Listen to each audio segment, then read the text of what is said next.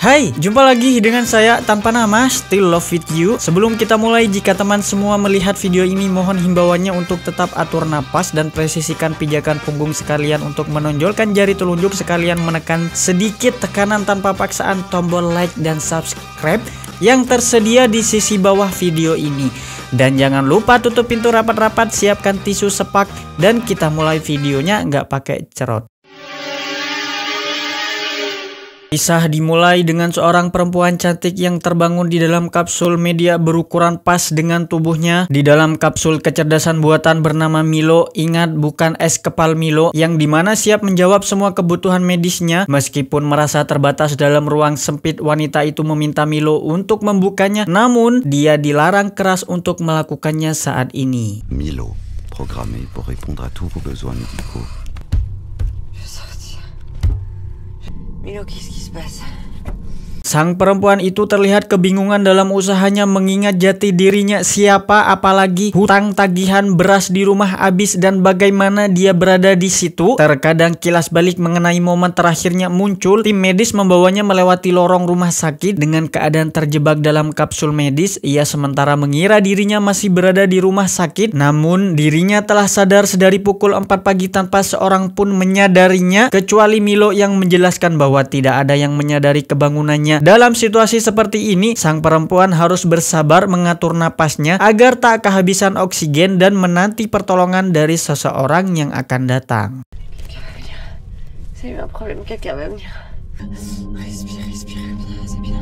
Dalam keadaan yang misterius, dia terdampar di rumah sakit tanpa kenangan akan penyakit atau alasan mengapa harus berada di kapsul medis itu. Yang pasti, sang perempuan tidak mampu mengingat jati dirinya. Saat ditanya akan namanya, Milo menjawab bahwa namanya adalah Omicron 267. Milo, qui suis-je?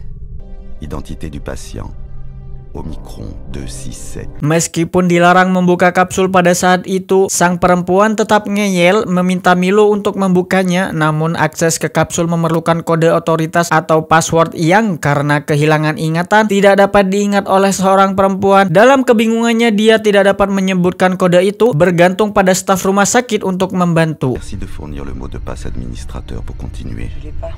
Je l'ai pas! Namun dengan kecerdasan buatannya, dia memiliki ide cemerlang bertanya apakah Milo bisa melakukan miss call sang mantan. Milo menjawab dengan tegas bahwa bisa melakukannya. Melihat peluang ini, sang perempuan tersenyum lega karena dapat menghubungi mantan yang menjadi polisi daripada menunggu staf rumah sakit yang PHP alias pemberi harapan PHP. Appelle la police, Milo.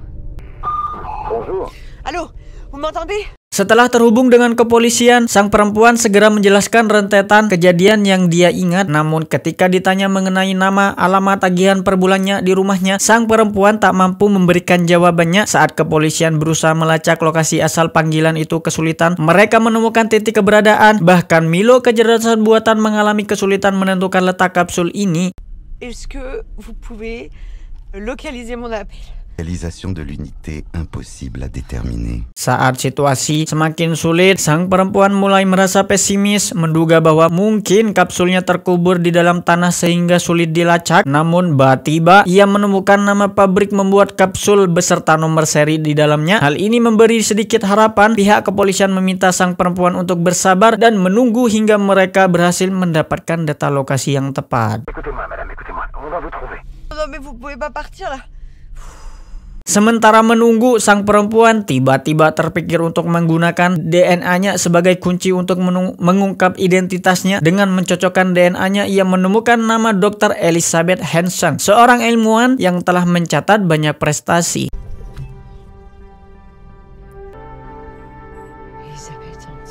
Ketika sedang fokus pada penemuan itu, tiba-tiba suara di luar mengganggunya. Namun fokusnya terpecah oleh panggilan telepon dari kepolisian. Kali ini dari seorang kapten polisi bagian sains dan teknologi. Sang kapten langsung menanyakan tentang kadar oksigen dan sisa waktu yang tersisa. Elizabeth terkejut dengan seberapa cepat waktu berlalu ketika diketahui bahwa tingkat oksigen hanya tersisa 31%, setara dengan 43 menit sebelum kehabisan napas, alias engap-engapan.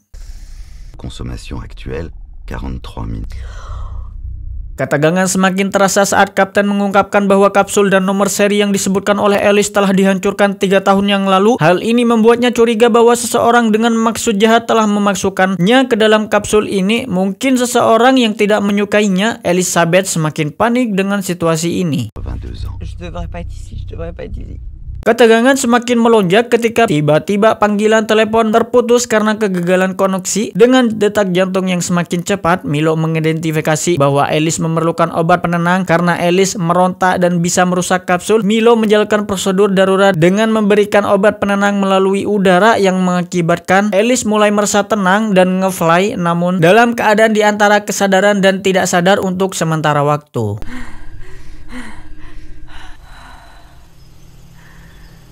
Di dalam keadaan ini, Alice sedikit mendapatkan ingatan tentang gambaran suaminya, Leo. Dia mengingatkan Leo sedang merancang suatu kapsul darurat yang terinspirasi dari dedaunan yang gugur. Namun, profesinya Leo tetap menjadi misteri bagi Alice. Ketika Alice kembali ke kesadarannya, ia menyadari bahwa telah kehilangan sekitar 17 menit. Itulah mengapa ia menolak untuk diberi obat penenang. Berdasarkan kilas balik ingatannya, Alice mulai menyelidiki jejak-jejak pekerjaannya. Setelah diselusuri dengan cermat, Alice akhirnya menemukan bahwa dirinya adalah seorang ahli biologi yang terlibat dalam sebuah proyek yang dianggap kontroversial. Namun, rincian proyek itu masih merupakan misteri baginya. Meskipun demikian, Alice mulai berteori bahwa kemungkinan keberadaannya di dalam kapsul ini mungkin merupakan keputusan yang diambil sendiri olehnya. Setelah mengungkapkan sedikit tentang jati dirinya, Alice memutuskan untuk menghubungi suaminya dengan meminta bantuan Milo untuk menemukan nomor telepon atas nama Kang Leon Ferguson. 2 nomor ditemukan. Yang pertama tidak dapat dihubungi, sedangkan nomor kedua diangkat oleh seorang wanita. Terdengar seperti orang wanita tua yang langsung menutup panggilan itu tanpa memberikan kesempatan untuk berbicara. Dalam ketidakpastian ini, Alice hanya bisa menunggu bergantung pada sang kapten. S'il vous plaît, faites-moi confiance, il faut que je lui parle. Ne rappelez plus jamais ici. Namun tanpa opsi lain, Alice memutuskan untuk membobol kapsul ini dengan mencari celah yang bisa dibuka. Milo mengidentifikasi tindakan ini sebagai reaksi stres dan kembali memberi prosedur obat penenang yang mengakibatkan ngefly. Kali ini, Alice tidak hanya menolak tetapi juga berhasil mengambil suntikan obatnya, memaksa Milo memberikan sengatan listrik sebagai langkah keamanan terhadap kapsul itu. Tentative de violation maîtrisée par choc électrique. Tak berapa lama kemudian, sang kapten menghubungi Alice untuk memberitahu bahwa timnya telah sampai di pabrik pembuatan kapsul. Sambil menunggu Alice bercerita tentang suaminya, Leo, dan meminta kapten untuk mencarinya. Namun sang kapten dengan tegas menyangkal bahwa Alice pernah menikah, menyimpulkan bahwa apa yang dilihatnya adalah sekadar ilusi saja. Terdorong oleh keraguan, Alice kembali membuka galeri mencari bukti atas kenyataan itu. Namun terkejutnya, foto-foto dirinya bersama Leo telah lenyap. Seakan-akan dihapus secara sengaja, mendorong Alice menduga ada yang disembunyikan oleh sang kapten ini. C'est pas possible, on était tous les deux sur la photo. Setelah panggilan telepon ditutup, Alice meminta Milo untuk memutar kembali rekaman percakapannya dengan sang kapten. Terungkap bahwa ada seorang wanita tua yang memerintahkan sang kapten untuk berbohong kepada Alice. Tanpa diduga, wanita tua itu kemudian menghubungi Alice dan bersedia menjelaskan semuanya dengan syarat bahwa Alice harus mau mendengarkan penjelasannya. Laissez-moi juste vous expliquer. 8 secondes. S'il vous plaît, non. Vous allez mourir. Pertama-tama, Alice diminta untuk mengakses pengaturan sistem dan menurunkan gravitasi buatan hingga 0%. Tidak disangka sama sekali, Alice bukan berada di rumah sakit atau terkubur di dalam tanah seperti karakter yang diperankan oleh Ryan Reynolds dalam film apa itu aku lupa, yang terkubur dalam peti mati. Alice sebaliknya berada dalam sebuah kapsul kriogenik atau kapsul untuk tidur panjang. Hal ini berarti saat ini Alice tidak berada di planet bumi, melainkan berada di luar angkasa dalam rotasi G1 ini. On vous a plongé en hypersommeil pour vous permettre d'accomplir votre mission. Bientôt vous serez hors de portée des satellites de communication. Setelah gravitasinya kembali normal, wanita tua itu menjelaskan bahwa saat ini Alice sedang dalam sebuah misi menuju galaksi lain untuk menemukan planet baru yang layak dihuni. Pesawat luar angkasa yang Alice ditumpangi baru saja berangkat 5 jam yang lalu, sehingga jaraknya artinya belum terlalu jauh, memungkinkan komunikasi tetap terjaga. Namun dalam beberapa jam ke depan, pesawat akan bergerak pada kecepatan cahaya. Hal ini membuatnya tidak mungkin bagi Alice untuk berkomunikasi lagi dengan siapapun yang berada di bumi. Quelle mission?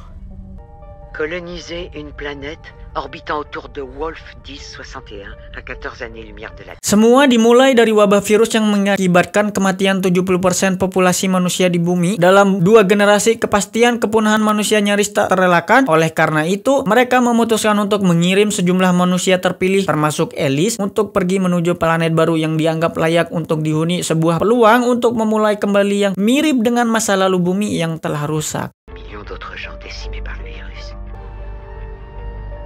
Setelah kehilangan komunikasi dengan wanita tua dan terputusnya kontak dengan orang-orang di bumi, Alice kini terdampar sepenuhnya sendiri. Tak ada orang yang dapat memberi bantuan atau bahkan sekedar berbicara sekalipun. Menjelang detik-detik terakhir sebelum kehabisan oksigen, kefrustasian Alice semakin meningkat, memaksa dia untuk kembali membobol paksa kapsulnya. Hal ini menyebabkan Milo harus menggunakan sengatan listrik berkali-kali untuk menghentikannya.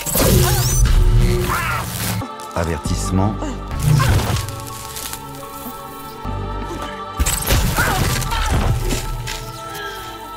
Pada saat ini, Alice kembali mengingat momen-momen bersama Leo Ferguson. Sebagian ingatannya membawanya kembali ke masa ketika mereka berdua merancang kapsul tersebut, terinspirasi oleh dedaunan yang jatuh dari pohon.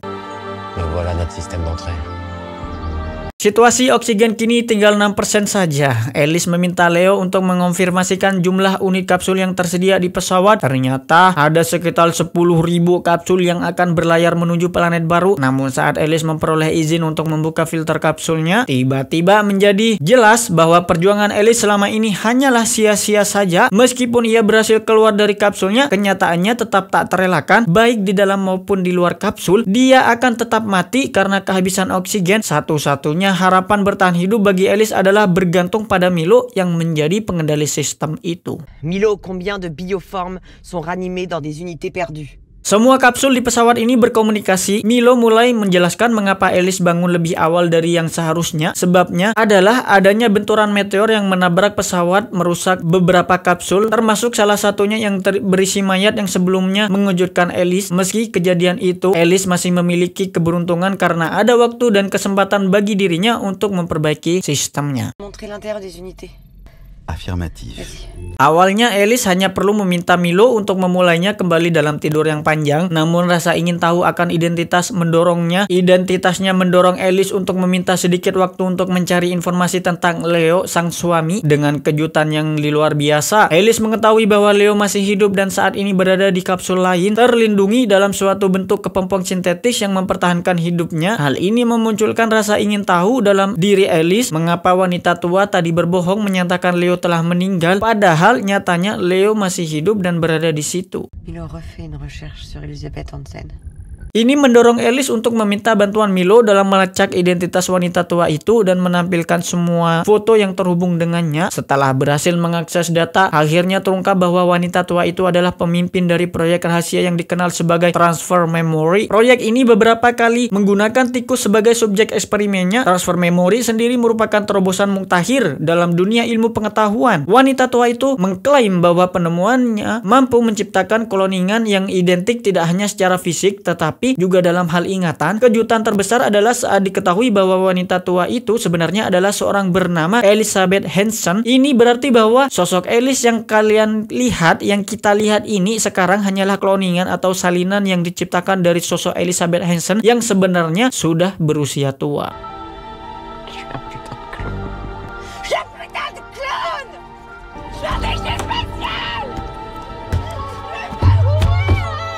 Setelah perjalanan emosi yang mengguncang, Alice akhirnya berhasil melampaui rasa frustasi dan mulai berpikir dengan jernih. Meskipun dia hanyalah kloningan, hasrat untuk bertahan hidup masih menyala dalam dirinya seperti manusia asli yang lahir secara alami. Ketika oksigen tinggal dalam hitungan persentase yang sedikit, Alice dengan cepat memerintahkan Milo untuk menjalankan protokol tidur panjang demi kelangsungan hidupnya dan untuk bertemu kembali dengan Leo di planet baru itu.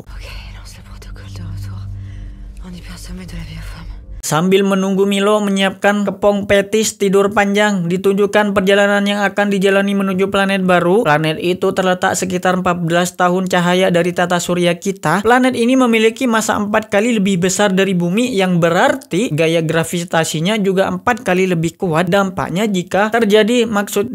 juga jika terjadi kecelakaan seperti jatuh dari ketinggian atau jatuh dari motor, rasa sakitnya akan lebih kuat. Sama halnya dengan perasaan jatuh cinta juga. Selain itu, karena planetnya lebih besar dan memiliki matahari yang berbeda, siklus orbitnya hanya 18 hari. Berbeda dengan konsep waktu di bumi di mana 1 bulan di sana adalah 30 hari, sedangkan di planet baru ini 1 bulannya adalah 18 hari. Jadi apabila ada tekanan-tekanan batin seperti hutang pinjol, tagihan listrik, TV kabel akan semakin menekan batin Anda. Dan apabila mendapatkan gaji bulanan juga akan semakin cepat, setengah bulan dari bumi sudah mendapatkan gaji bulanannya. Utang bayar lo. Saya konfirmasi baik-baik dari awal. Utang bayar lo. Nek utang lo bayar. Kampret lo. Monyet lo. Ketika Alice dibungkus dalam kepong petis sintetis dan mulai tidur panjang, pesawat mulai menggunakan daya dorong nuklir untuk mencapai kecepatan cahaya. Setelah tiba di planet baru, 10.000 unit kapsul akan mendarat dengan cara yang menyerupai dedaunan yang jatuh. Akhirnya, Alice dan Leo cloningan bisa memulai kehidupan bahagia dan menciptakan peradaban baru untuk melanjutkan eksistensi manusia di sana, sehingga dapat saling berkembang biak dan kehidupan menjadi tentram. Abis ending yang mengkepompongkan. Terima kasih buat teman sekalian yang sudah mengikuti channel ini sampai saat ini, karena channel ini masih baru ya. Saya doakan semoga rezekinya dilancarkan, semua urusan dunia dimudahkan, dan selamat dunia dan akhirat. Jadi satu hal yang penting lagi, apalagi kalau bukan hikmah dan saran buat kalian semuanya, yang bisa kita petik dari cerita film ini adalah ketika kalian engap dan merasa pernapasan kalian kurang, apalagi kekurangan oksigen, lebih baik tidur saja, tidak usah ngapa-ngapain ya. Siapa tahu nanti tiba-tiba ada di Mars. Saya selaku pimpinan karaoke pedalaman, terima kasih, love you, love you. Jangan lupa di like guys. Yuk guys, ramaikan ya guys. Assalamualaikum.